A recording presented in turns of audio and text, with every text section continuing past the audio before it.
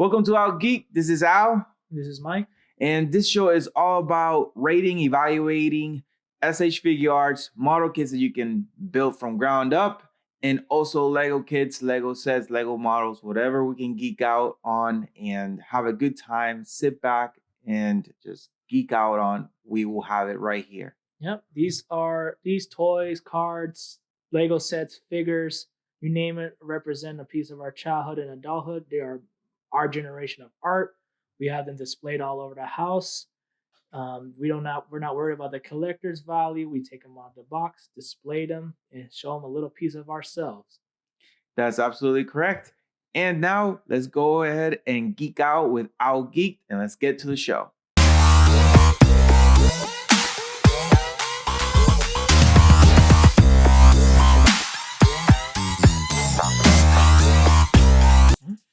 So, this time we're gonna do it a little bit different. Mike, tell me about yours. Mine is the Stardust Dragon Funko Pop, $25. I found it in Target I believe a year ago, 2 years ago. Stardust Dragon is my favorite Yu-Gi-Oh card. He is the ace monster of my favorite Yu-Gi-Oh character, 𝐬𝐮𝐬𝐫𝐞, who is the main character of Yu-Gi-Oh 5Ds, which aired in September 13th, 2008. Funny enough, Stardust Dragon, even though being his signature card, does not appear until episode 4, Blast from the Past, where 𝐬𝐮 had to challenge his old frenemy Jack Atlas to reclaim his card. We finally got the actual card in the Collector Tin Series 5, August 2008. Stardust Dragon is one of the most iconic synchro monsters. He is one of the signer dragons and has 3 upgrades shown in the anime: Majestic Star Dragon, Shooting Star Dragon, and Shooting Quasar Dragon, which will show pictures. What season is this? The third series. The third series. Yep. Okay. Sorry, the original Yu-Gi-Oh I remember is the one with the first Yu-Gi-Oh. Yu-Gi-Oh. Yep. Yeah, Yu-Gi-Oh. The 5Ds takes place hundreds of years in the future after that. Okay. They literally play card games on motorcycles. Wow. I am very talented. I wish I had that talent. We'll show Stardust evolutions on the screen. Once again, Majestic Star Dragon, Shooting Star Dragon, and Shooting Quasar Dragon. He also has other evolutions that don't show in the anime, such as Shooting Star Dragon TG, Shooting Majestic Star Dragon, Cosmic Blazar Dragon, Stardust Seraph Divine Dragon, and the most recent one, Cosmic Quasar Dragon. So was this like a replacement of the Blue Eyes White Dragon? No, Stardust Dragon is pretty much the Dark Magician of the series. Okay. Yeah, he is the ace monster of the hero. Yep. Okay. So the Blue Eyes White Dragon for that series was Red Dragon Archfiend. Okay. One of the other 5 signer dragons. And then here's the card if you want to get a better detailed look of him. He's obviously not that goofy looking in the show. Right. Yeah, no, it looks pretty badass. What is he holding? He is holding nothing. He's just flexing. Oh, okay. Yep. Stardust Dragon has the same stat line as the other main characters: 2,500 attack and 2,000 defense. To synchro summon Stardust Dragon, you must have a tuner and a non-tuner. Typically, it's easy to have a level 4 tuner and a level 4 monster to synchro summon Stardust Dragon. He's relatively generic to synchro summon. He's not hard to play. Back then in the 2010s, he was a staple in every deck. Now these days, he's a classic card. He's not in every deck. He's in 2 of my decks for sure. He is my favorite card. 𝐬𝐮𝐬𝐫𝐞 is my favorite Yu-Gi-Oh character. That is a nice card. I really like that card. We will do a zoom in on that card on the video. I have at least every iteration of Stardust Dragon. This is actually the alternate artwork card. Okay. The original artwork I'll show you later. We'll display on the screen. So is that a rare card? No. Okay. Just like Dark Magician, they have like hundreds. You can see it's a main character card. Gotcha. Yeah. Stardust Dragon. I literally have every iteration. I have the original version. I have this version. I have all his evolutions. I have him in 2 of my decks. He is a staple in my decks. His job is just a gateway to play my stronger monsters. Stardust Dragon represents the power to protect your friends.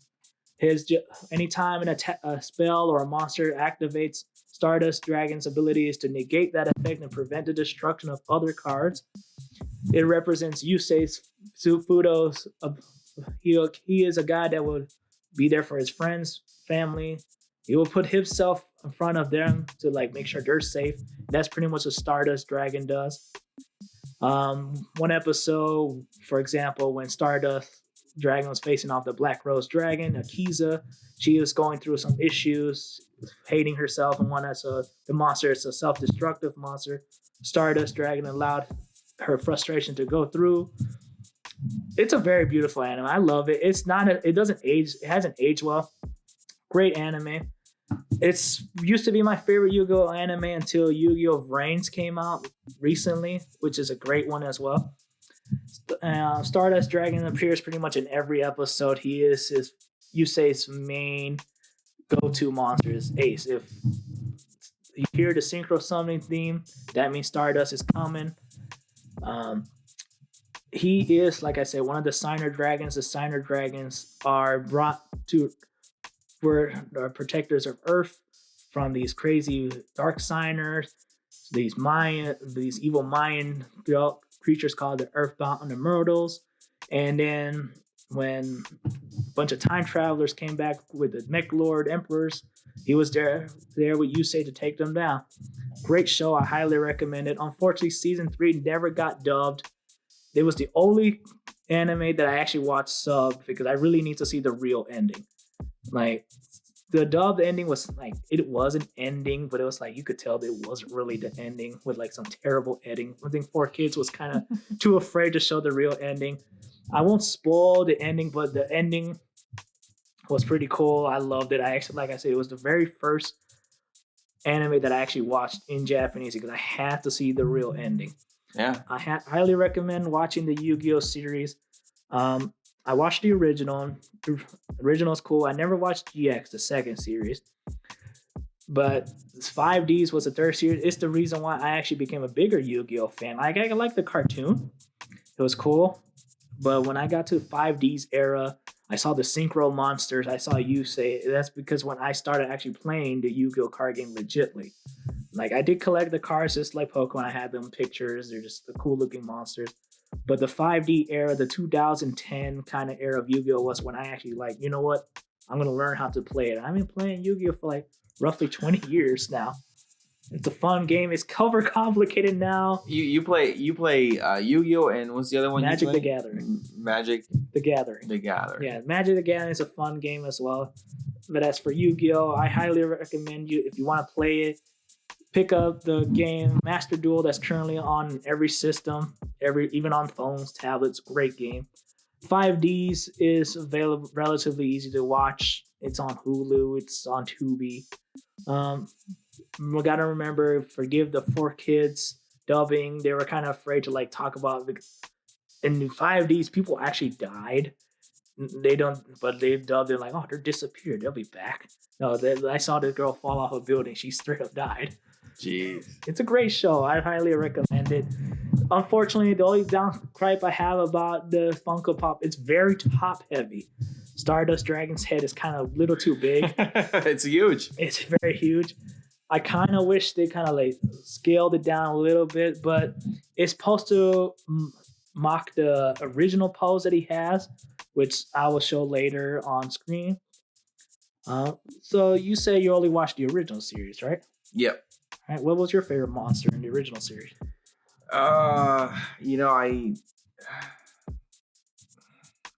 I really like the Red Eyes Black Dragon. Oh, that's a cool one. That was a cool one. I mean, the Black Magician or the Dark Magician. Well, in Japan, he's called the Black Magician. Okay. Yeah, that's what, just like Goku Black. He just changed the name. Dark. Yeah. But I like when he gets aged.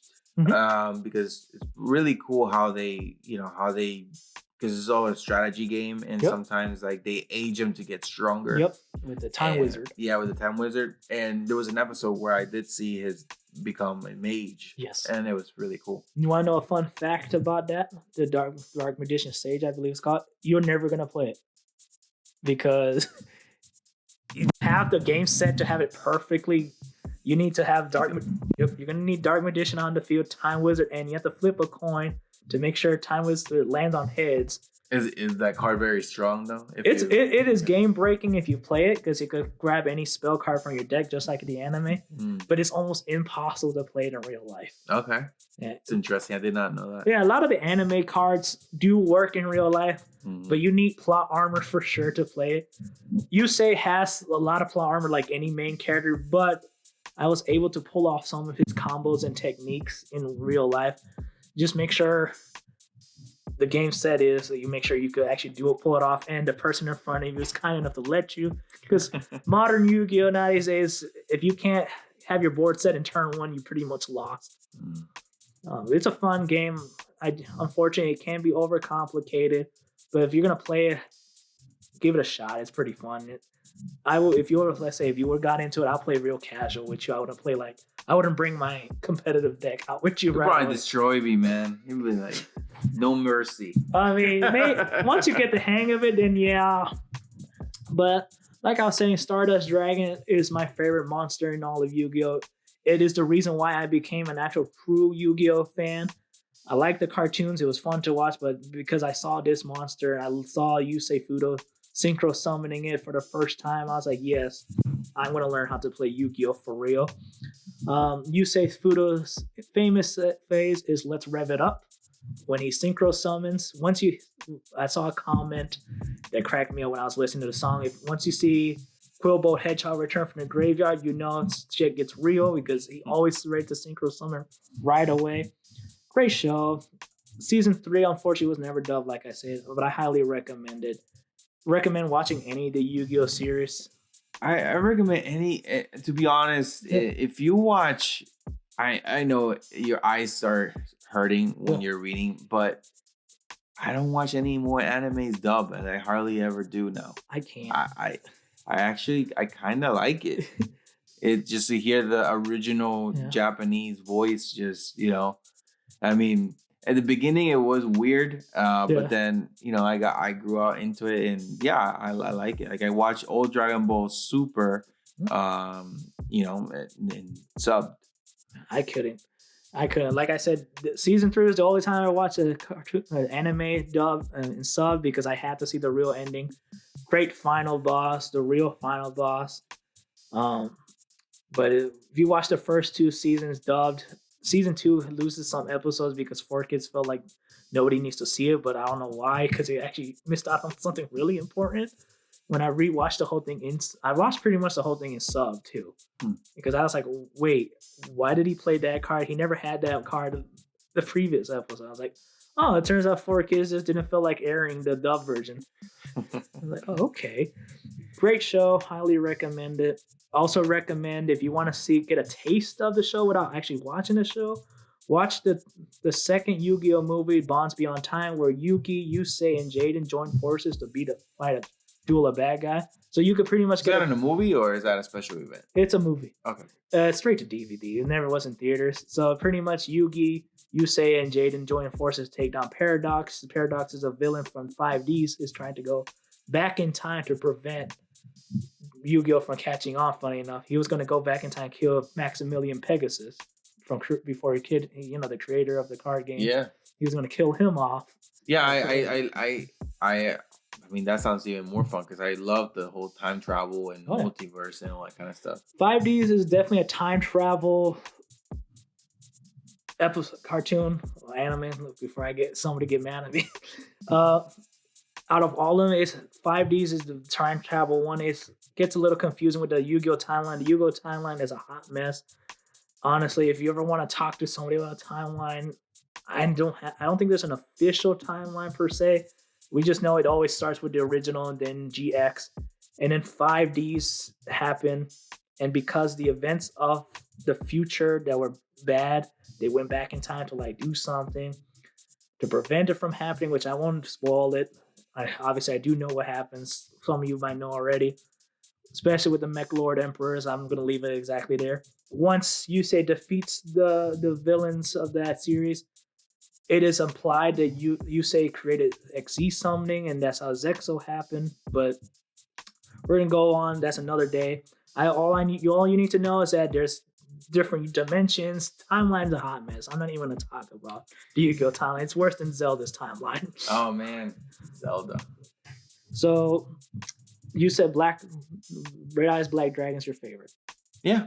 Oh yeah, that's a cool monster. Yeah. I gotta, and if that's the case, I gotta convince you to make a Red Eyes deck. Red Eyes deck is actually playable.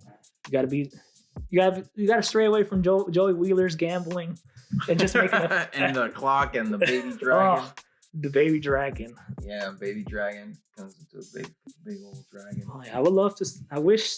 Yeah, Red Eyes is pretty cool. I like that he got that rare card. Yeah. I did like that. I did like that that season where they did the what is it? What was it called? Something Battle City. Battle City. Battle Cities, in my opinion, is where the original series finally picked up. Because I do not care much for the Duelist Kingdom. I love it.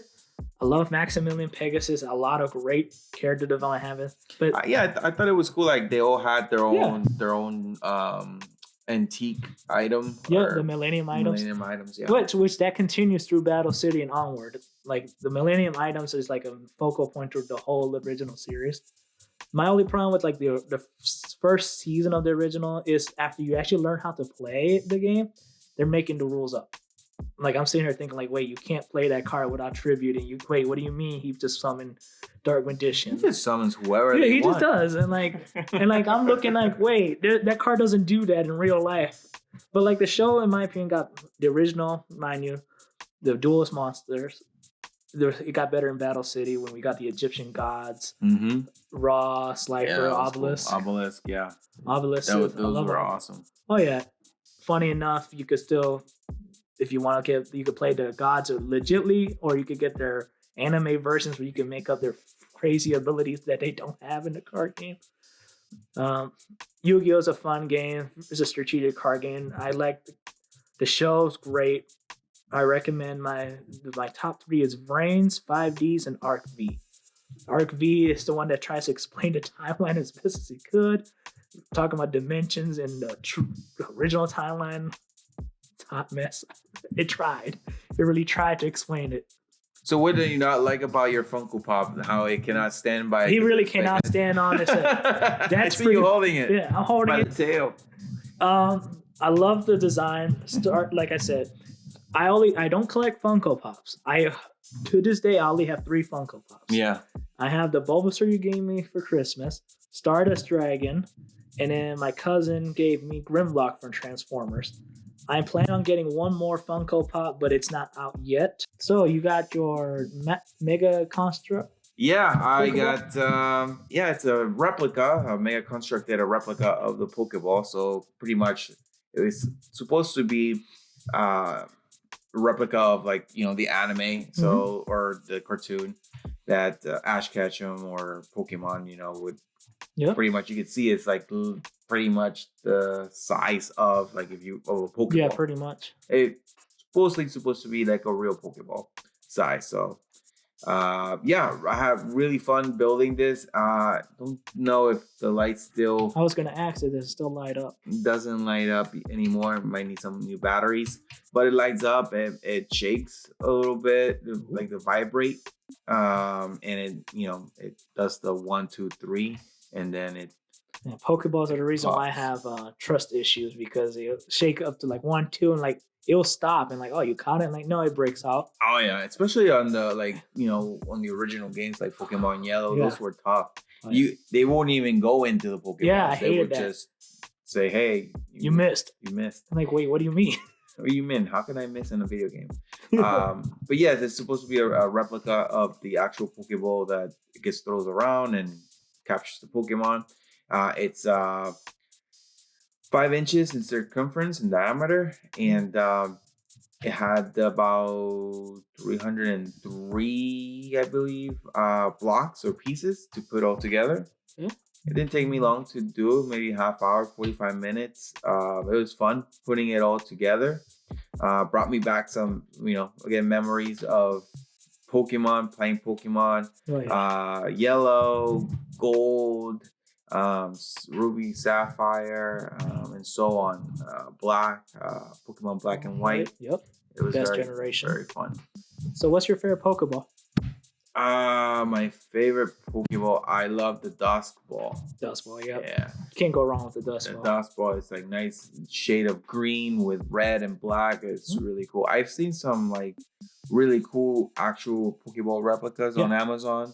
I've been tempted of buying them. I haven't. Maybe one day I'll buy it and show it off here, but. Yeah, it's just to show. Yeah. I don't know if you've seen them. I've seen it, yeah. I've seen it. They have all sorts of other Pokeballs. My per se would be the Love Ball. I love how it looks aesthetically. It's like this dark pink with like the lighter pink in the middle. Dust Ball is just as good. It's probably like a close second between those two. I think Love Ball is just slightly higher for me. But the Dust Ball is actually the superior Pokeball if you're hunting legendaries in a dark cave or at nighttime. I did catch a 𝐬𝐵𝐵 with just one ball. I started the mission and I caught it right on the cave with just one Pokemon. Nice. I threw it. I'm like, I cannot believe I just caught it. It must have low IVs. Yeah, of course. you catch the bad ones easily, but the good ones you have to wait like. I think the worst Pokemon legendary experience I had was. I can't remember which legendary, but I didn't buy enough Pokeballs, and I keep turning it on and off the game because I was like, I'm not leaving. I think I had like 30 Ultra Balls, and I was like, I'm gonna make this work as much as possible. Yeah, I remember my first legendary or my first Pokemon game that I actually played and was purchased was Pokemon Gold on Game Boy Color, and I remember me and my neighbor, we were playing.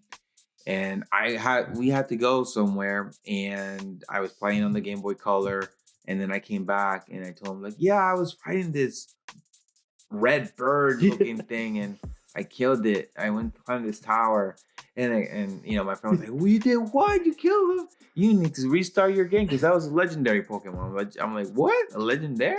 Yeah. And then it's like, yeah, he's the character on the back of your game cartridge.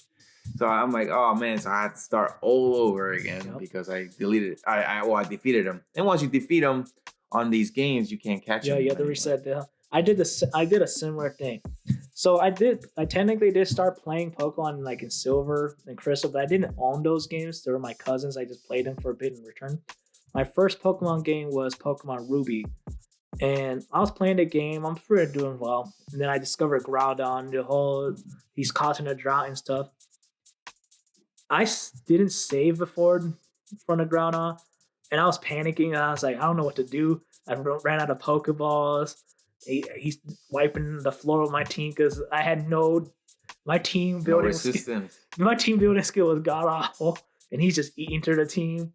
And then I didn't realize the Master Ball was available in the Team Magma base, so I had to I sent out my Sceptile just to defeat Groudon, and I was like, well, that's it. Let me just save. And then I realized I never could catch Groudon again. So what did I do after that? I went to the Reggies, and I killed Registeel right after that. And do you want to know why? That was tough to get into those caves. Yeah, you have to actually try. Yeah. Pokemon games, you can catch legendary. You don't even catch legendaries. They just give them to you. Yeah, nowadays. I hate them. Yeah. Nowadays, they just give them to you. Right. And then going back to the Registeel story, the reason why I killed it is because I wanted experience. And the worst part is Sceptile didn't even go up a level. It just went up a little bit. Yeah, back then it was tough, man, to get experience. Now it's very easy. You could turn on the game and you level up instantly. Yeah, so they have they don't have like the Lego different balls for Pokemon, but that would be cool to see a Great Ball, Ultra Ball, the Master Ball, the GS Ball that was very famous that I don't know what the hell was in that ball. Rumors as a kid, everybody said it was Celebi. Celebi, yeah. But they did nothing with it. Yeah, they knew. And then there's the Love Ball, the Beast Balls. Yep. The Beast Balls are cool. The Lure Ball. The Cherish Ball. That would be cool. I like the Cherish Ball for special events. Yeah, special events is that bright cherry red Pokeball. Yeah. There's so many types of Pokeballs.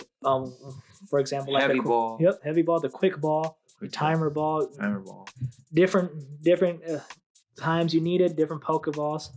Honestly, anytime I play through my Pokemon games nowadays, I have like 900 Dust Balls and Ultra Balls and like Quick Balls and everything else I really don't buy. Yeah. Because you already know what Pokemon you're going to catch. You're like, all right, it lives in this cave. I know where to go. Let me go catch it. But back then, when I used to play Pokemon as a kid without planning out teams or anything, it was a crazy adventure. I see Pokemon, I say, dang, I wish I had the right Pokeball. The moment to put them in the right ball. Yeah, Yep. It's really cool. They all have their special ability. Mhm. You know, like the Dust Book can catch Pokemons that are in dark places at night or in caves. And then you got the quick ball that you use at the beginning of everything. Yeah, and turn 1 has really good chance to get it. Turn 1, yeah. And then the timer ball after, I believe, turn 10, it gets like a higher catch rate. But I heard it. I don't know if it's true, but at turn 11 it just resets. So you have to pretty much wait to turn 20. All the Pokeballs, you name them, they're useful. In Legends Arceus, you played it. How did the Pokeballs work in that game? What, like, did you guys have to make them out of apricorns? Yeah, you had to make them with other type of with apricorns and other items. But I loved Pokemon Arceus. They should do another one. I know there's some really cool fan-made trailers for Pokemon Celebi or something like that. Rumors. That was pretty cool. I know some rumors are because Generation 5 is going to get its turn on this, like remakes and stuff. I heard rumors like Legends Kyurem. We get to see the original dragon where Kyurem, Reshiram, and Zekrom were one Pokemon. I hope that's true because I would love to play that one.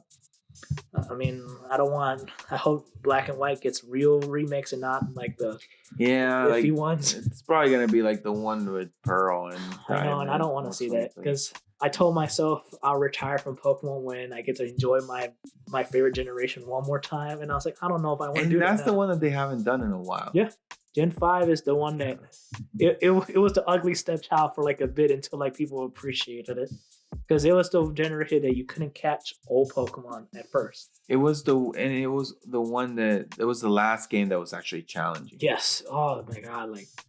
The low HP music still haunts me in my dreams. It's so catchy and I love it. I'm like, the final boss, the final villain per se, 5 had a high dragon, a very high level high dragon with frustration. So that thing would knock your team out instantly. And it was kind of crazy that finally they put a bad guy with a Pokemon attack that shows that it hates the owner. Like for example, you see like some villains with Crobats. To evolve a Crobat, you have to have max friendship. It's kind of cool that it took them 5 generations to have a bad guy to abuse the negative stats of Pokemon. It was cool. Because they're using them to do evil stuff. Yeah, so yeah. It was the last. It was the last actual game that was challenging. It was good to play. I love when I first saw Volcarona. I'm like, I'm definitely getting that. That was really fun to use. I know you like Excalibur. I tried. Or Excadrill, sorry. Excadrill, yes. Excadrill. But I know you used him. He was pretty good, but I didn't really get the feel for him. I used Generation 5 is when I used to play competitive online.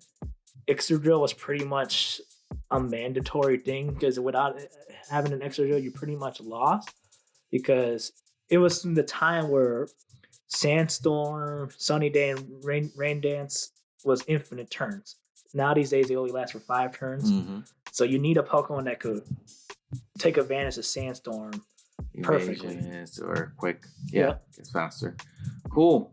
Well, so that's it's a little bit of background of the Pokeball or the Pokemon lore, and I really enjoyed making this up or building this up from the ground up. It was satisfying just to see it all come together.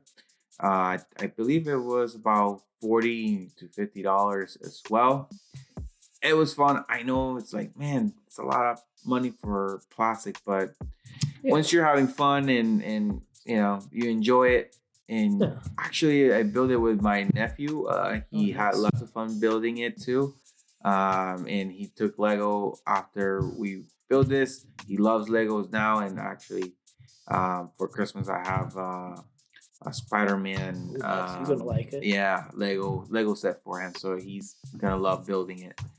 I enjoyed it and I don't regret it. It's fun. So if you guys want to buy it, we will leave the description of this video under this video of these items, so you guys could acquire them if you guys would like to to buy them. And if you're interested in Funkos, I'm not a huge fan of Funko Pops. Once the Amy Funko Pops come out, I'll put a display with my other Funkos. But Funko has like a variety of franchises, video games, movies, card games, you name Shows, it. yeah. You name it. The reason why I don't care much for the Funko Pops is a silly thing. I don't like their eyes.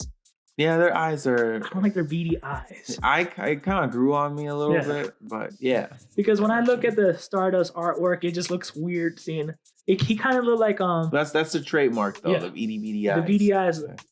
You remember the Toon monsters from the original Yu-Gi-Oh anime? Yeah, like the 𝐿𝐴. Yeah. So this they should make a 𝐿𝐴. There is one. There is one. I'm sure 𝐿𝐴's like an iconic monster. 𝐿𝐴 was probably like what make Funko Pop. Like these, I always like the joke they call this a Toon Stardust Dragon because it's literally like what Maximilian Pegasus would have done. Oh yeah, the Toon monster, like Toon Blue Eyes White Dragons, Toon Dark Magician. There was an episode like that. The main villain of season 1, that was his deck. Because he was into cartoons, so he made a cartoon deck. But yeah, if you're interested in these items, I will put them on the description. Make sure you like, comment, and subscribe. Tell us what's your favorite Yu-Gi-Oh card, your Yu-Gi-Oh monster, or favorite Yu-Gi-Oh anime. I'm gonna throw a Pokeball to the Star Dragon, see if I can catch it. You won't be able to. Stardust will just laugh at you and then tell you, "I'm sorry, you can't catch me." Or tell us what's your favorite Pokemon, your favorite Pokeball, your favorite Pokemon game.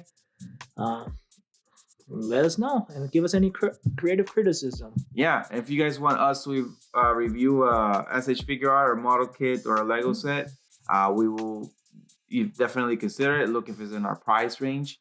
But if we do reach 1,000 subscribers, I will break the bank and I'll go get a nice $300 to $200 Lego kit and we will build it and we will show it here. Nice. And then I'll try to convince him to play some Yu-Gi-Oh! We'll actually have a duel, maybe an in-person duel, worst case scenario, a master duel.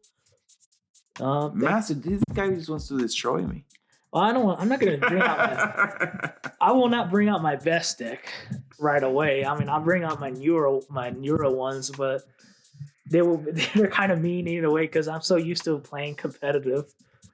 This gonna destroy me. But thank you again for watching. Thank you for your time, which is the most valuable thing that we do have as human beings. Thank you for following us. Subscribe, like, leave a comment, and remember, Geek out. Geek out.